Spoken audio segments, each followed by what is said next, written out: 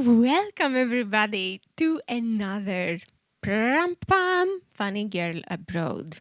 You may have already noticed there is a little bit of a difference today than all of the other days. There's something that's not what it used to be around here. Yeah, guessed it. I cut my hair. I mean, you can probably, I don't know if you can see it, but you can see how much more messy it is than usually. It's always messy, but now it's also shorter. I have weird different positions for the different pieces of my locks. Ha! You thought I was gonna say the microphone. I did get a microphone though. I'm extremely happy about that because I've been doing stand-up for so many years. I never had my own microphone. I suppose it just somehow I gaslit myself to believe that I don't need one. Okay, here's what I think happened. I think I was always thinking that if I'm supposed to perform somewhere and there is not a microphone there already, whatever place that is, it's a comedy club or just a bar or some other venue, if there is no microphone at the place that I am to stand up comedy at, then I probably shouldn't be doing comedy at that place. Then there's probably more things that are lacking. But it's also good to have a microphone because you never know what happens. It's nice to have a backup. Maybe they have a microphone, but the microphone is really bad. This has actually happened to me a few times. So, I think it's nice to have a microphone as a backup. And I got one. And I've never been more excited with a purchase in my life. I was just like, immediately, the moment I got the microphone, I was like, why didn't I do this sooner? What exactly was I waiting for? And having a microphone at home, I'm sorry, what a power move that is. The same day I got this, I was sitting in the living room, sitting on my couch, connected the microphone to the speaker, doing ghost sounds all night. Okay, not all night. But as long as it's allowed, I don't know, maybe 10 o'clock, until 10 o'clock. Maybe 11. Maybe 11:30 if it's like a weekend. Then I think it's okay. So I would just, because what you gonna do, right? I mean, it's allowed. It's within the realms of the law. Thank you. What exactly are you gonna do? So I was just I was just sitting on my couch, going like.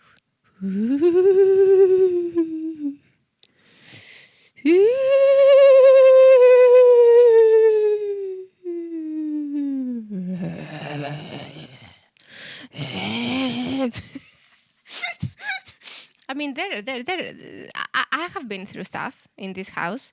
There has been loud noises that I cannot explain. So, at least I can do my own unexplainable loud noises as well. So, anyways, that's the story of my microphone. Long story short, or more like short story long. That took a lot longer than it needed to take. Oh yeah, I got my microphone before I did my comedy show in Stockholm last Saturday. That's the reason. That was not the reason. I didn't really need it, but it was more like the excuse for me to get a microphone. Alex, by the way, thank you so much if you came to my comedy show in Stockholm. It was a fantastic show. I had the best time ever. And thank you so much if you were there. If you are in Uppsala, then, well, I'm going to be there in the end of this month, 25th or 28th, whichever one is a Saturday. I'm going to be in the Laugh House in Uppsala. Same comedy show, Cosmopolitan, so check it out. And if you're in another city and you want to see me, let me know, because maybe I can arrange something. Okay, I'm looking to do the show in different cities at the moment. But what am I supposed to actually talk about today? Well, the thing with different snacks. People like to try snacks from other countries. And I've seen so many videos online of people trying snacks from different countries. I never actually clicked on those videos. Like, I can't imagine what can happen in this video that can actually get my attention. Like, how interested can it be? Somebody, open the packets, eat the biscuit. The biscuit was good. I liked that biscuit, or I did not like that biscuit. Only if the biscuits are poisoned, that would be an interesting turn of events. I mean, not to be morbid, but I would probably click on that if I knew the person was still alive and well. But other than that, I can't imagine. I can't imagine anything making me actually want to watch snacks from different countries. If anything, food from different countries is fascinating. It's interesting.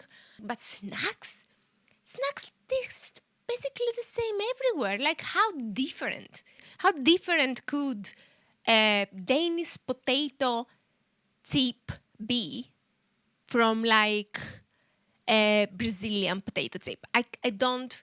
Maybe one has dill and the other one has coconut. I don't know. But I mean, come on, it's a chip. It's potato. What are we talking about? So I'm not. I don't particularly care about the stuff. I never looked to Swedish snacks. I do not care so much for different snacks from different countries. But of course, as with everything, I was completely wrong not to care. And there was a snack. There was a snack that appeared in my life and absolutely changed everything I knew and my whole relationship with snacks forever. And that is I'm going to call it correctly, the wafer roll. It's like a thin wafer pipe filled with chocolate. Okay, it looks like a cigar. That's what it looks like. It looks like a cigar. That's the closest thing that you can find to visually equate it with. That's what it looks like. It so much looks like a cigar, but in Greece, that's what we call it. Okay, we call those little wafer roll snacks. We call them cigars. That's how they're called. That's how they're marketed. Okay, they're marketed as the little cigars with chocolate. Little cigars, not cigars. It's not like chocolate cigars. It's chocolate little cigars, like cigarettes. I remember, at least when I was little, many kids, when we were eating those snacks, we would actually pretend to smoke them. You know, you would pretend to smoke a little bit, get lost into your thoughts, look towards the moon with a melancholic gaze at your 11 years of age. Take your little glass with Fanta, orange juice, not orange juice, what is this? Soda, orange soda on the rocks. Shake it, stir it, you know. And then eat your little chocolate cigarette and drink your Fanta. And get the sugar rush. So you kind of forget about the pointlessness of life. So this was it. That's how it worked. Everybody was totally fine with it. You could sit next to your mom who was smoking her cigarette, and you would smoke your little chocolate cigarette, and then you could eat it. And you know, you were bonding that way. It was nice. It was a beautiful thing. I don't think there was a mom that actually thought this was beautiful. They would always make a point to tell us, this is sweet, this is don't do that. But everybody did it regardless. I'm actually surprised that more people are not using tacos and capris and those kind of wafer rolls to stop smoking, because it's a similar move. And they're actually very delicious. You can stop smoking by just having a bit of a snack. The opposite is more common. I'm afraid there are people that started pretending to smoke little wafer rolls when they were little, and then ended up with real smoke, with real cigarettes. So I'm afraid it's not so much a substitute. It's more of a getaway drug. Cut 2. I'm in Sweden years later, and I see on the supermarket wall those wafer rolls, but with different tastes. Whoa, what's happening here? It's not just chocolate. It's chocolate and vanilla and like hazelnut. Whichever one is correct, that's the one you keep.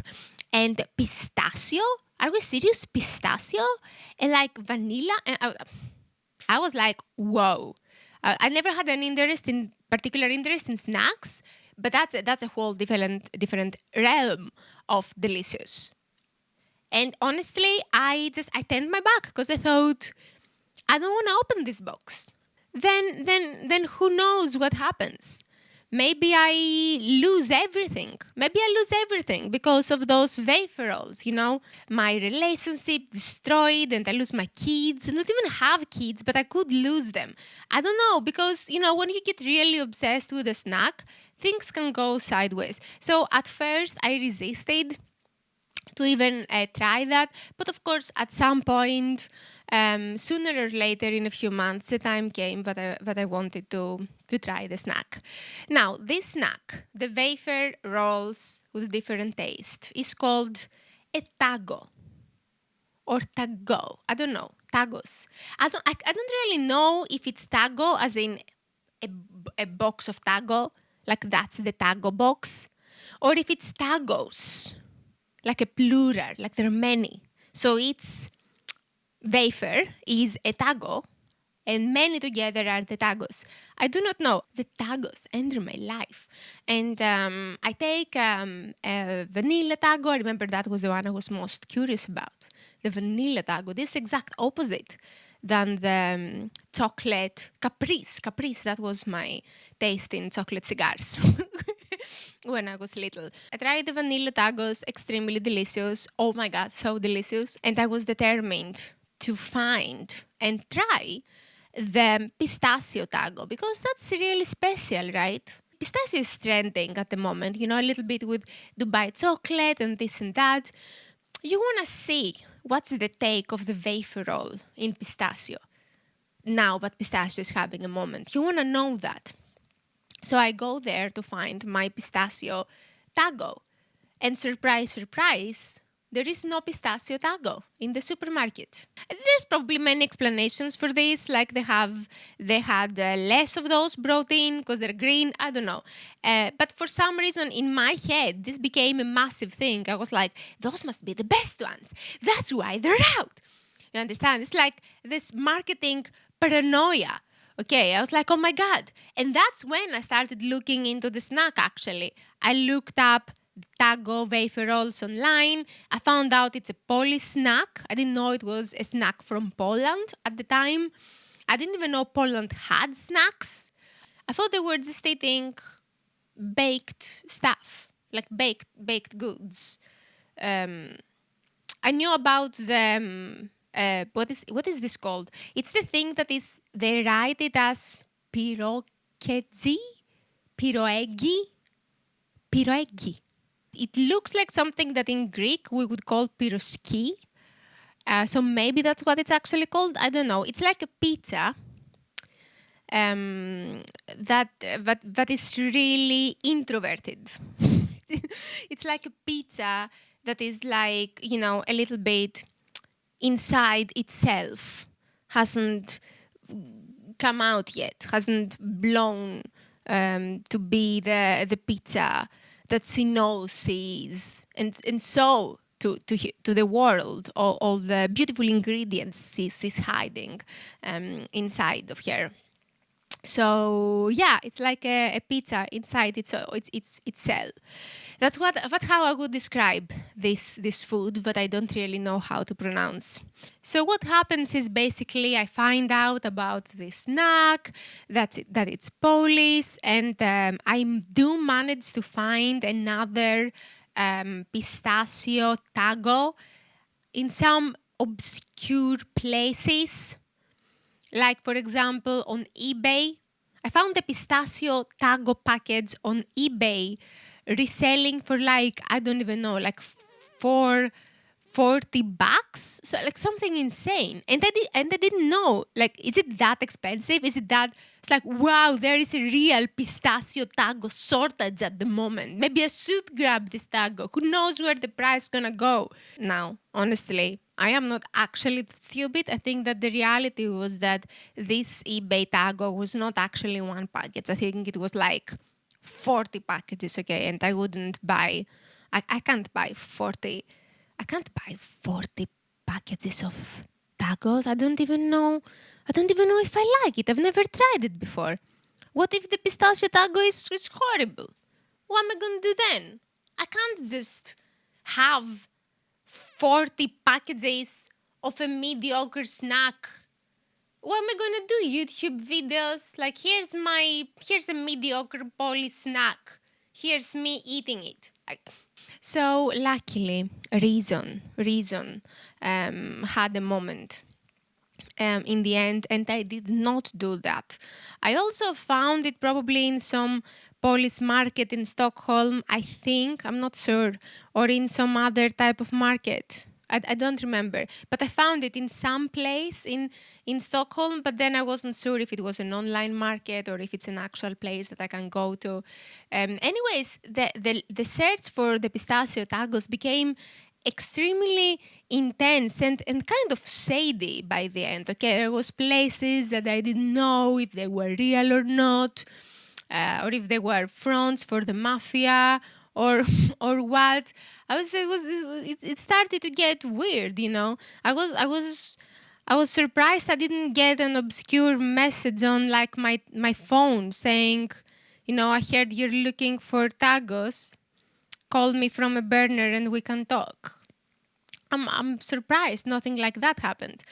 So that lasted for a while. And then I kept going, and that's the worst part. Okay, I think that was the lowest point. That was my lowest point in this. When I went back to the supermarket a few times, and there were still no pistachio tacos, but the tacos were in a huge basket. Okay, one of those huge supermarket baskets. And it's a huge basket. It's like a barrel. You know, it's like, I don't know, 2x1 and like 1.5 meter high. And you can only see the packages that are on top. Probably you already see where this is going, I suppose, okay? You probably already see that. So I only see the packages on top. And of course, it looks like the pistachio tacos nowhere. But do you really know unless you actually look? I have to get to the bottom of this, literally. I have to look through every single level of tacos, get all the way to the bottom. That would be an insane thing to do, of course. And an insane thing to do, unfortunately, would just take an insane person to do. And that's exactly what I did. But I didn't do it all at once, okay? I didn't want to be... I wasn't brave enough to be that insane, to go in the supermarket and be like, hey, this is the day. Okay, I'm going to get the bottom of this. And then sit by the basket with the tacos and just, you know, have my little notebook where I make notes and just take it all one by one out and create my own huge pile next to me. This is not illegal. This is not even dangerous. And it's not even impractical if you think about it, because if a customer comes and they want to get something, they're going to find it. If anything, they're going to find it easier. So there is no reason why somebody can't go to the supermarket, stand in front of a shelf, empty the shelf completely, and then put all of the products back into that shelf. That should be completely allowed. But I have a hunch that it isn't. I have a hunch that if I go to the supermarket and actually do that, they're not going to let me finish the project. I feel like somebody's going to, you know, look at me for a really long time and then return with another person, possibly a supervisor, and then they're going to both look at me, and then they're going to try and make contact with me, and then it's up to me if I want to try and explain. I think I actually would have better chances if I did not try to explain, you know? Because what am I to explain? What am I to tell them? If it's something less indulgent than a Vaporol, if it's like chlorine, I mean, that's nice. This is almost good. This is almost what's the word? Commandable. Like, you appreciate that.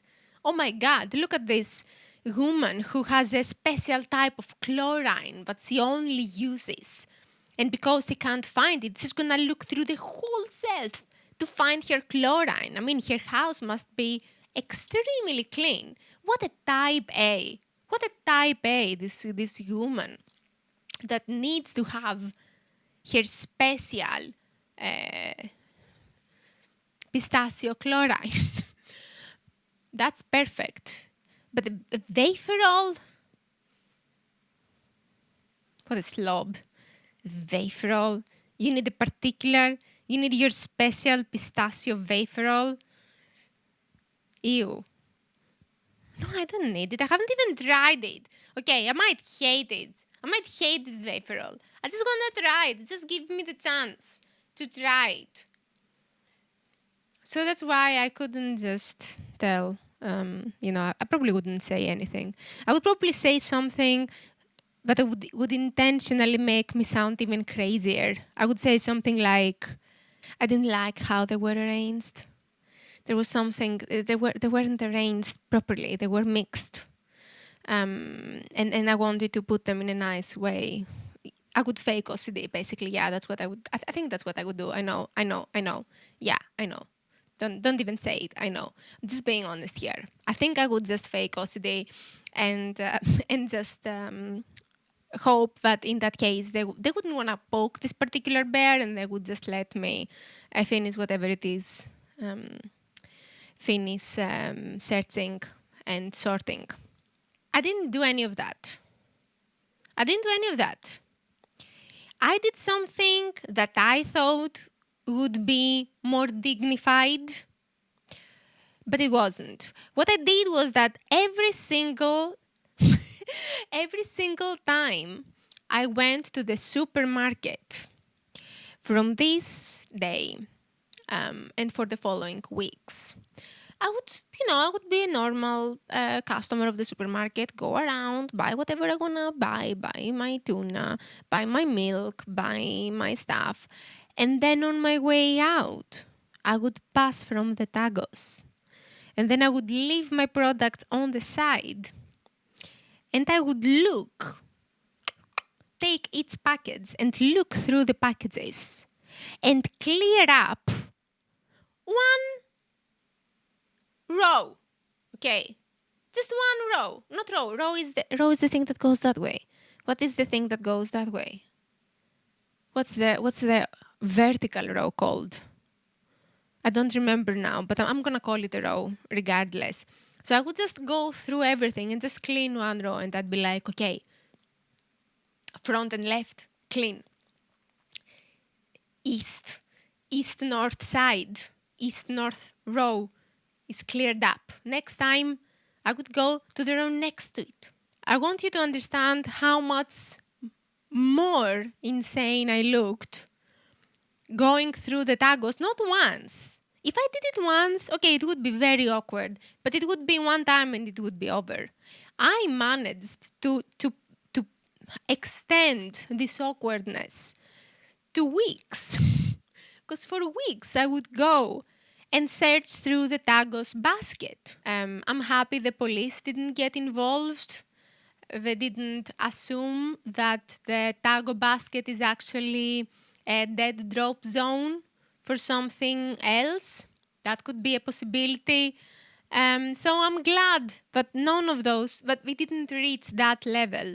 There weren't theories like that. And you know what? You know how sometimes in your life you have something that maybe bothers you, something that you just, I don't know, it's not quite how you want it, or you're trying to find a solution to a problem and you just can't find the solution. You're in some type of struggle and you just can't accept it that you have this struggle. And so you find something completely irrelevant and get obsessed over it.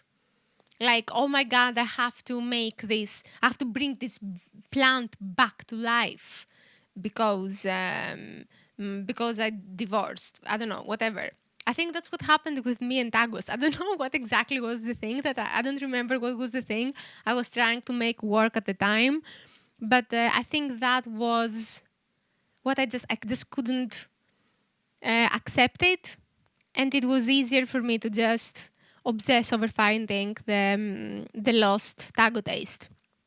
Anyhow, so this just kept going, and then at some point I just forgot about it.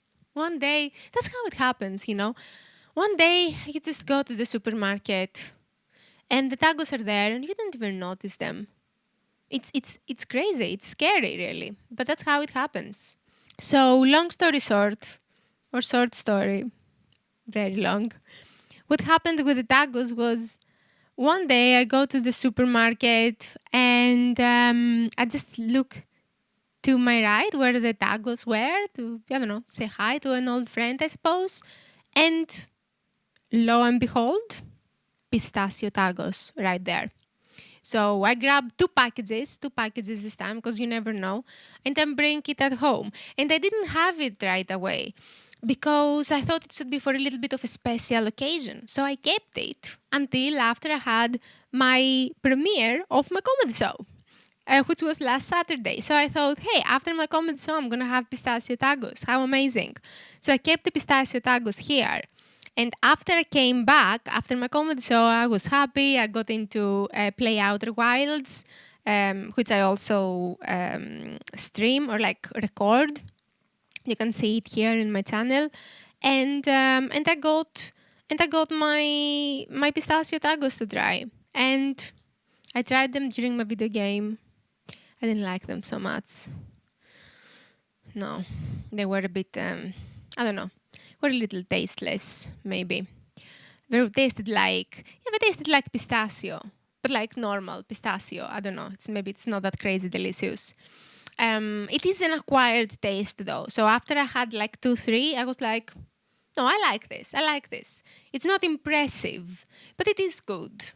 It is good. It's not searching through supermarket baskets for weeks. Good. Let me make that extremely clear for you. But it is good. It was nice. So if you're in for testing a new nice snack, if you're looking for a snack, I would suggest to try a taco or two. But easy. Take it easy, okay? Because things can go really out of hand, as I very well know. Well, that was my episode. I hope you enjoyed it. It was extremely random, I know. Thank you so much for watching this. And check out my comedy shows. Let me know if you want me to have a comedy show where you are. And I will see you next week. Bye bye.